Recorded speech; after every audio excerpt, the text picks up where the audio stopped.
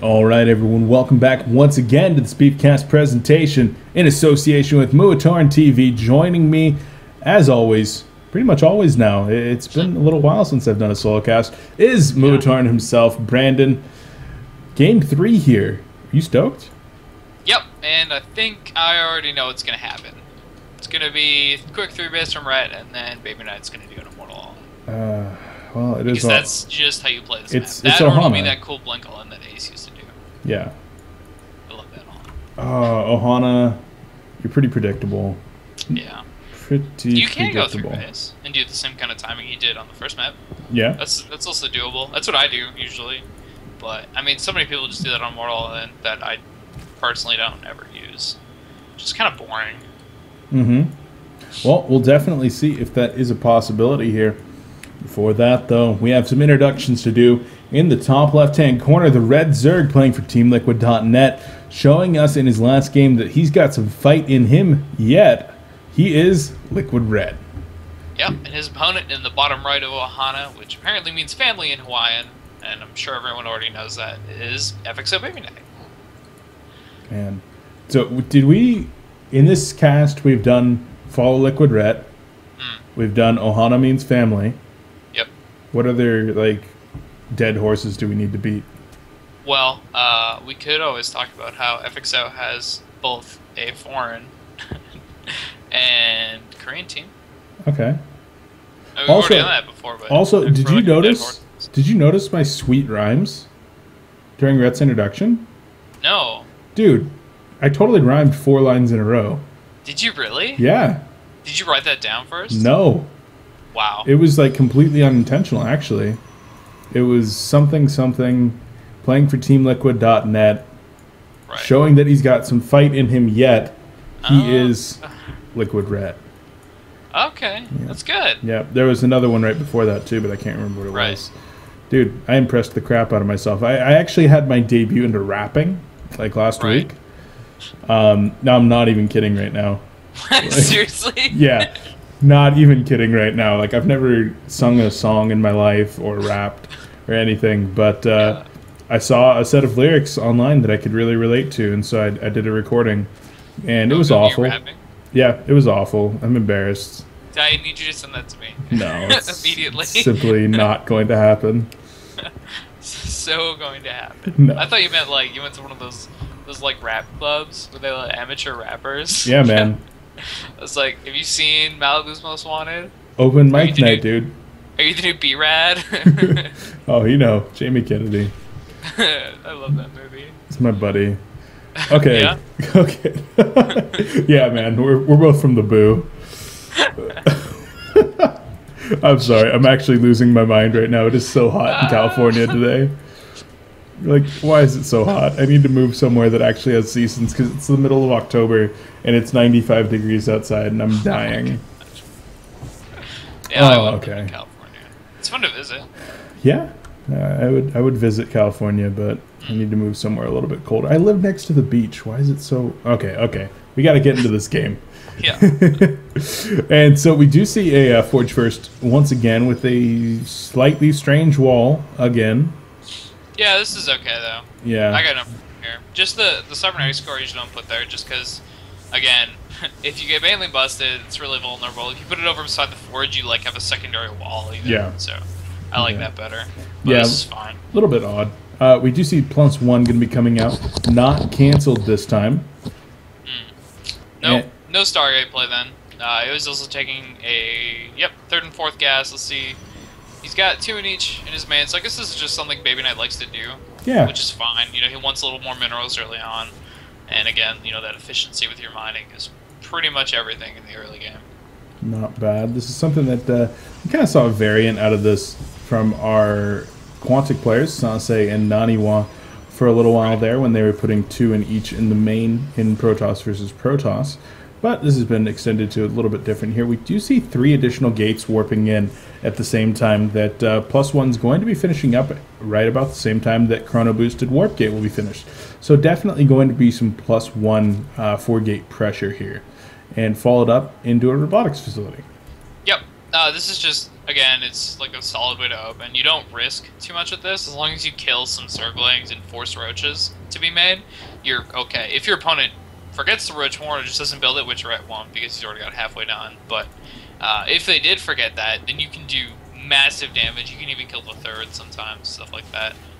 Rhett finds a Stalker. He surrounds it with his Lings almost. That was pretty close, but he also finds the Pylon and segments some Lings to kill that, so I don't think that'll be finishing. Yeah, he does let it finish. Yeah, the Pylon, a little bit unfortunate there that he is going to let that die because he's going to need to warp in another one, and this 4-gate pressure is going to be delayed here. In fact, even opting to warp in Zealots back home rather than out and being aggressive. So right now, it looks like this pressure is over. Yes, this pressure can't do damage anymore. Rhett's seen it. He's already producing roaches and Lings. At this point, if BabyKnight goes home, he's actually done damage that he needs to. He's getting his Nexus up, and this isn't enough units to really go cancel it as long as he plays safe and builds some cannons. So this is okay. Rhett's kind of overproduced units. Yeah, Rhett cut probes at 55 right there, which is typically what you see the cut for dealing with the 2-base timing. You don't go above right about 54, 55. So Rhett's going to be in a pretty good economic position to deal with this. The problem is that he's gone up to 6 gases. 6 gases is not what you want to deal with at 2-base timing, but that's great for Rhett because his opponent actually has gone up to 3-base here. He's going to be able to scout that out, force out a ton of force fields, and almost even pick off a couple of different sentries there. But Rhett going to go ahead and sink back into macro mode, get those 6 gases going, get his upgrades going, Infestation Pit coming out, and taking his 4th base at the same time as a macro hatch in the main. Not bad. Yeah, and BabyKnight here is walling off. This is something too many Protosses seem to neglect. It's like, do you want to die to Ling Run buys? No? Then wall off. This is just so good. I love it. He's also going to probably make 2 more cannons or so behind there, maybe just 1. And I don't know where his observer is. I think there's one out. Yeah, there is one out, and I'm not sure where it is. Okay, I found it. It's on this way to Red's base, so he's going to have this scouting soon. And he's going to see this Infestation Pit, and he's going to see the Roach Warren not upgrading. And I think, yeah, there's the second Evo Chamber on the way, so you'll see that as well. Just pretty much lets him know exactly what's going on. It's going to be Roachling into Infestorling into Broodlord. Definitely. So that 4th base is just finishing up now for Red. He's going to want to make his way over there with some drones as soon as possible, but that is a very early 4th base right here. 10 minutes and 45 seconds to get those 7th and 8th gases up. That is very, very good, and we even see the Spire coming out. It's going to be a blind Spire timing to get some Corruptors out in the event that his opponent's going to be building Colossi, which is not happening just yet, and it's not a bad thing to have out just in case you want to get that hive out in the next couple minutes here and start making your way into that Broodlord transition.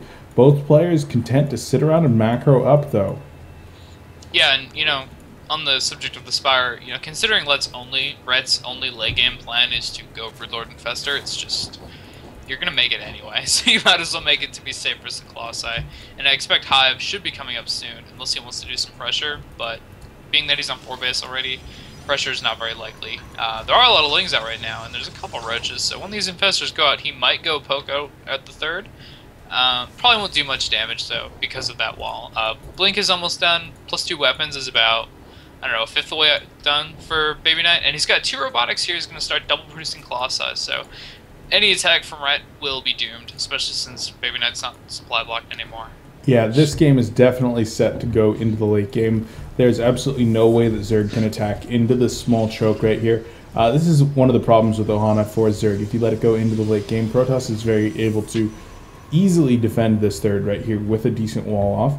And so you don't want to be attacking into that choke. But it's very, very easy to catch your opponent out on the map once they start moving out. So the Zerg player will generally sit here, play a contained game, get his 5 base economy up, and start mass producing spine crawlers, and then even spine crawler push to about the halfway point or even further while trying to deny his opponent's bases, and then just starve him out when he transitions to Broodlords.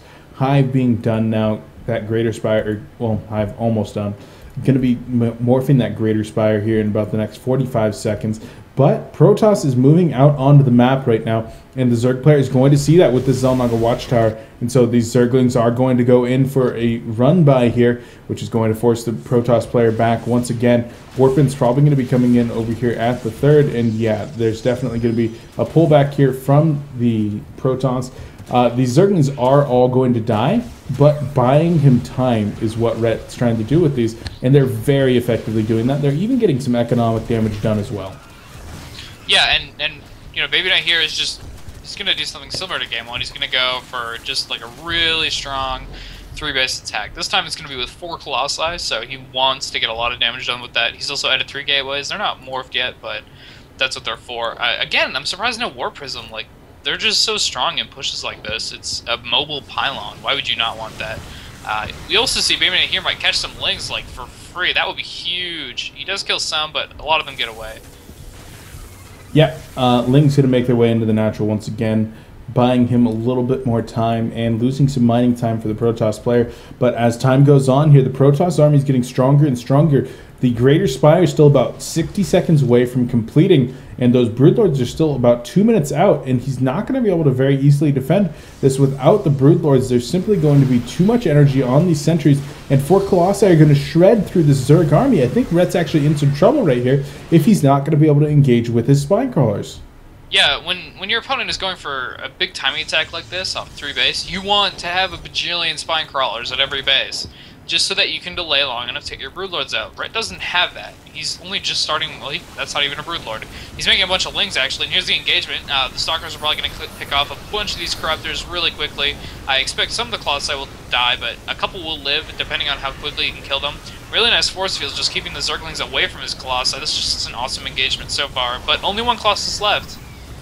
Yeah, and with that 1 Colossus left, that represents all the splash damage here from Protoss. Nice blink back, and the Protoss player going to be able to just retreat here and wait for his shields to reinforce his reinforcements from these Stalkers to be coming in, and a huge Stalker warp in there. These Stalkers are +2/+1, and so they're going to be able to do a ton of damage here. It looks like Rhett's 4th base might be in some trouble, but over here we do have a Ling run by in the 3rd of the Protoss, and every single one of these probes is going to fall. BabyKnight not managing that, but a ton of Infested Terran do come out, just shredding through some of these Stalkers, but the lone Colossi in the back does fall as well, and the Lings now, without any splash damage to try to impede their path, are just making their way through these Stalkers, and the Immortals not able to effectively deal with the swarm, but 2 more Colossi going to come in, and those are definitely what you want to have against these Zerglings. The Zergling run by in the 3rd still doing damage, finally getting it cleaned up by some Zealots and some Sentries over here,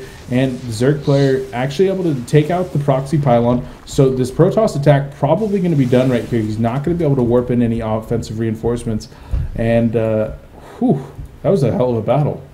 Yep, you know, for the most part, kind of held, but BabyKnight did do the damage he needed, and there are those reinforcements that were at his 3rd he could bring up with his army and keep going with this attack.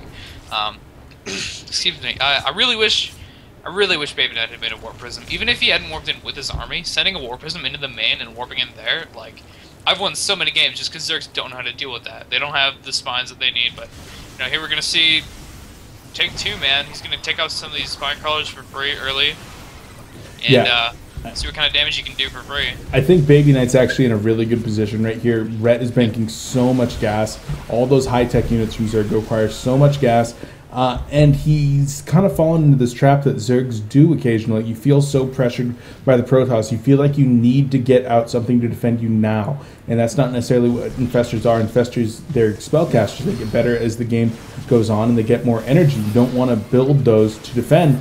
And so he's stuck with only 2 Infestors on low energy right now, and that's not what you want to have to defend against this army right here. Although the Corruptors are able to pin down all these Colossi right now, the Blinkstalkers are doing a great job of engaging, but there's not a whole lot left on the ground, although the Blinkstalker micro leaves something to be desired here. The Blinkstalkers are effectively engaging these Roaches, and BabyKnight doing actually a wonderful job now of controlling this battle, and he's actually able to force everything back, but with those Colossi dead, once again, the Zerglings are going to be very, very effective at dealing with these Stalkers. A ton more Zerglings in production right here. Drones being pulled. Rhett feeling the pressure right now. The Corruptors even going to be coming in, but not able to do anything. A couple of force fields go down, and more drones are making their way onto the battlefield right now. This is essentially Rhett making his last stand, but with this additional warpment of Stalkers right now, we are looking at 27 Stalkers in this composition. Rhett does not have the forces he needs to deal with this. Even sniping off some Infestors right there. The Zergling is going to try to make contact with the vanguard of this force, but they're simply not doing enough damage. The Roach is falling behind them, and Rhett looks like he's going to be dropping in this series. Yeah, it looks like it. This is kind of one of those timing attacks where, you know, Zerg deals with the Colossi, but they sacrifice so much of their ground army to do it. They only have Corruptors and like half the Roaches that you would need to deal with it. So the Blink Stalkers kind of just keep warping in, and you overrun your opponent. You know, BabyKnight's killing drones right now and it's just drones. It's not like drones being supported by Zerglings or very many Zerglings or Roaches. It's just he was fighting drones. You know, there's some Zerglings or Roaches rallying in, but they just die right away. This Stalker ball will not die. It's G.G. Yeah. Rhett tapping out there. BabyKnight, the FXO player, moving on 2-1 in a hell of a series. Yeah, for sure. That was awesome. Really well played by BabyKnight. Just some really nice timing attacks off through base to deny his opponent's Broodlord production. Yeah, I mean, I just want to point this out again. If we look at Rhett's bank right now, banking nearly 4,000 gas. That's so unfortunate, because you think about it this way. An Infestor is 100, 150. Each one of those Infestors is, if you've got that much gas, then they're a little bit more expensive than a Roach. Think about if he had sacrificed, let's say, 12 Roaches there. Hadn't built 12 Roaches, and instead he had 9 Infestors. Yeah. Like, that could have been a huge deal. He wasn't hurting for gas. He was hurting for the spell damage. He was hurting for those effective units. I mean, he couldn't really afford to lose Roaches either. But if he had been able to produce some more Infestors when he remaxed from this first engagement over at his 4th, those subsequent engagements could have gone so much better if he was able to hold on to those Infestors. But Rhett felt pressured. He hit that R button maybe a few too many times. That's something that every Zerg player does now and again. Maybe he'll learn from it in the future and be able to get that correct composition out again. But beautiful play from BabyKnight, not to discount anything that he did. And Rhett played a fantastic series as well. So definitely props to both of these players. He played game 2 really well. Denied 3rd. Definitely. And just kind of like held all in, so it was pretty nice. All right. Well, that is the end of this series for today, folks. BabyKnight, the FXO player, takes it 2-1. We are going to be getting on out of here. This is going to be the only series that we're casting for today. I've been your casting host, Beef. Check me out over at youtube.com/BeefPotPie1, twitch.tv/BeefPotPie1, and Twitter at BeefPotPie1. Also, make sure to check me out this weekend doing a 24-hour cast where we're going to be playing a lot of stuff. That's going to be on October the 20th. It's going to be all day long over at my Twitch channel, twitch.tv/BeefPotPie1. Brandon, any final words? Yeah, you know, I think I might come hang out with you when you're doing your stream. That sounds like fun. At least maybe for GSL or something. And you can also find me on YouTube at youtube.com/MuataranTV, just MUATARIN, and then at Twitter at Muataran. It's the same spelling. No TV though. No TV. Sounds good. All right, guys, thanks for watching. We are out of here. We hope